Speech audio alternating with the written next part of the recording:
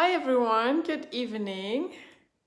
I'm trying to see if I can make the light a little bit better. Yeah, I think that's good. So, it's pretty dark here. I think most of you are in Europe, so you probably also have it dark at home. And yeah, the lighting is looks a little bit like gloomy and yellowy. Anyways, I wanted to talk some more about bloating today. And so last week I've talked about the liver actually being the main reason for bloating, as I see it often. But then it can also, and it's usually, or it may actually be multiple things. But today I wanted to talk about the bloating connection with your microbiome. So that's usually what we think first, right? When we get bloated, we think it's like something's wrong with our gut. And the liver is actually also part of our digestive system, so it's all kind of related. But what I wanted to touch upon today is one thing is what happens in perimenopause as we age. When our hormones go down, basically that also affects our microbiome. And not only our gut microbiome, but also our vaginal microbiome. So actually we have, when progesterone goes low, that's one of our first hormones to decline, it can actually impact the tight junctions, the epithelial junctions of our gut lining. So it means that we can be more prone to leaky gut and getting food sensitivities. So, you feel like you're just always eating the same thing, and then once over a sudden you start reacting to the foods that you've always been eating. They don't seem to agree with you anymore. That's what food sensitivities are, and it's usually linked to leaky gut. So, and it's not only our hormones. Any stress is bad for our gut, medication, all these things, pesticides like glyphosate. Basically, there's a wealth of things that damage our gut lining. Gluten is very bad for our gut that we may actually consume on a daily basis. Then adding a little bit of stress to that, and then our hormones go low, and that may just be the last thing that kind of kicks you over the curb. So that's one thing. Then estrogen actually also has a big impact on our microbiome, because estrogen really impacts the gut diversity, because it has an impact on the acidity levels in our gut and also in our vaginal microbiome. That's also why so many women, when they get older and when that estrogen gets low, they are having yeast infections all the time. Yeast infections or recurring UTI bladder infections. So that's very much linked to the hormones actually. And in the gut, when the acidity goes low, so basically we have this, we have all this bacteria in our gut, and the more we have, the better actually. And then of course we don't want too many of the bad guys actually being there. But basically we need that diversity. And then we have, acid producing bacteria. We have lactate producing bacteria. And then we have, basically we have propionate, and we have butyrate producing bacteria. So we have all the bacteria are producing different gases. And the acidity level is important to help specific bacteria thrive, that are mostly the good ones that we want to have and that protect us against pathogens like, when I said you're getting those vaginal yeast infections. So actually we can get very prone to yeast infections in our intestines too. So it's the same kind of I want to say champignon. What's the English word again? Sorry about that. It's mushroom. So it's a yeast, basically. It's and that can easily overgrow when all these things happen. And then once we have those things, And I can, tell you so many stories about this because we've had mold in our house, and basically I've been battling with very severe yeast overgrowth in my intestines. And these bacteria, they also produce actually toxic byproducts. So once they are there and they're kind of, having their party and living on in your microbiome, they can cause a lot of gas and bloating. And they also produce toxic byproducts called lipopolysaccharides that will also really impact your brain. So, you will get more anxious, you will get brain fog, these kind of things.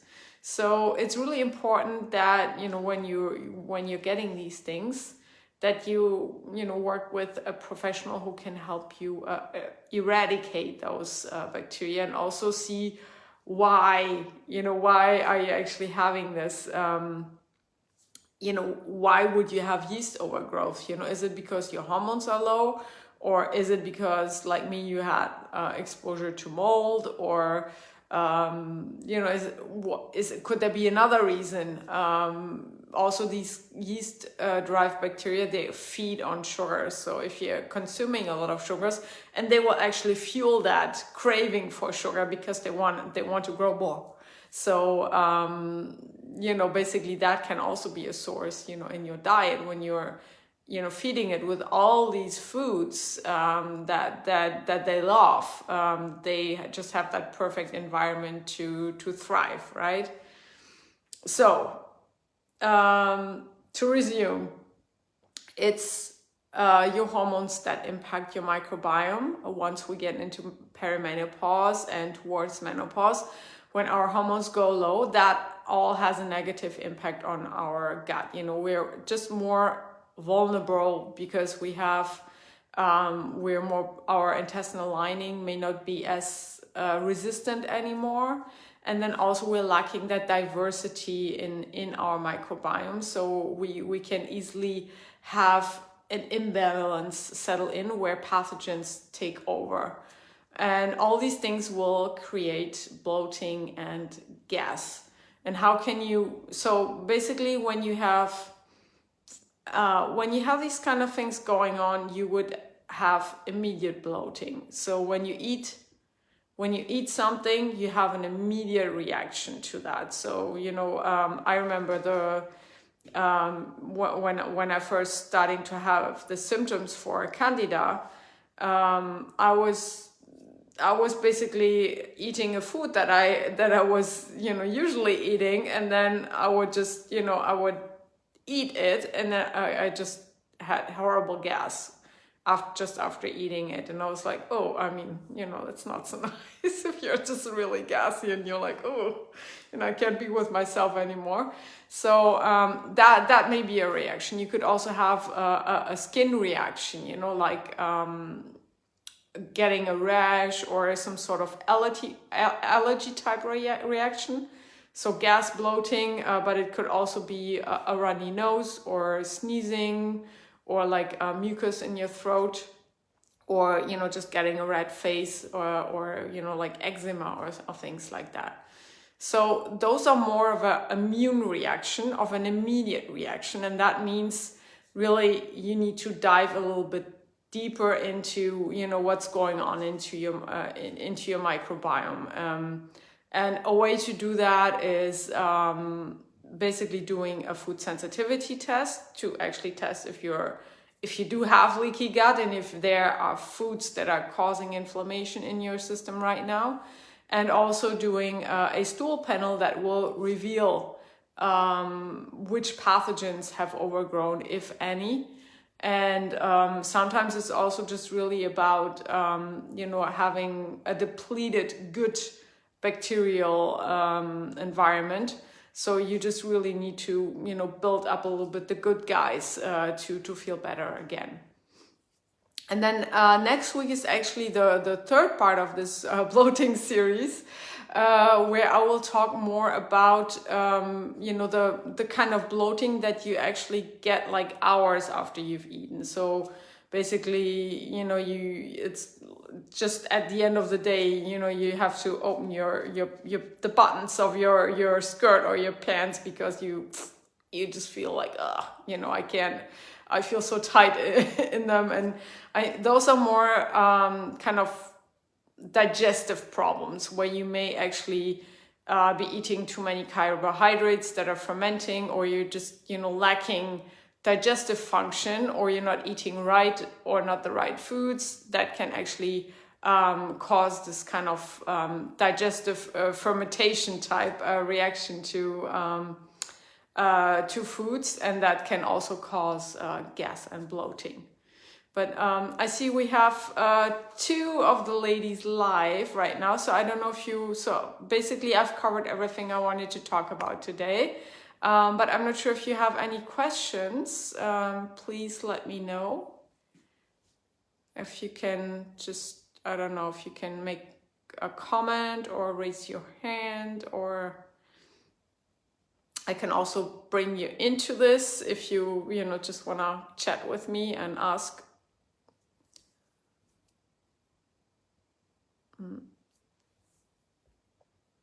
Well, no, okay. Well, I mean, to be fair, you've also popped in a little bit in between, so in kind of in the middle of it.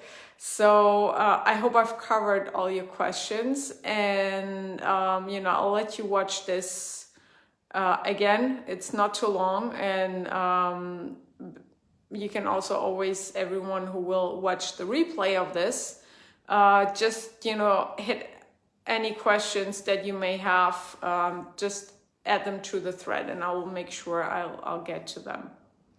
All right, good. Then I'll let you get started with your evening.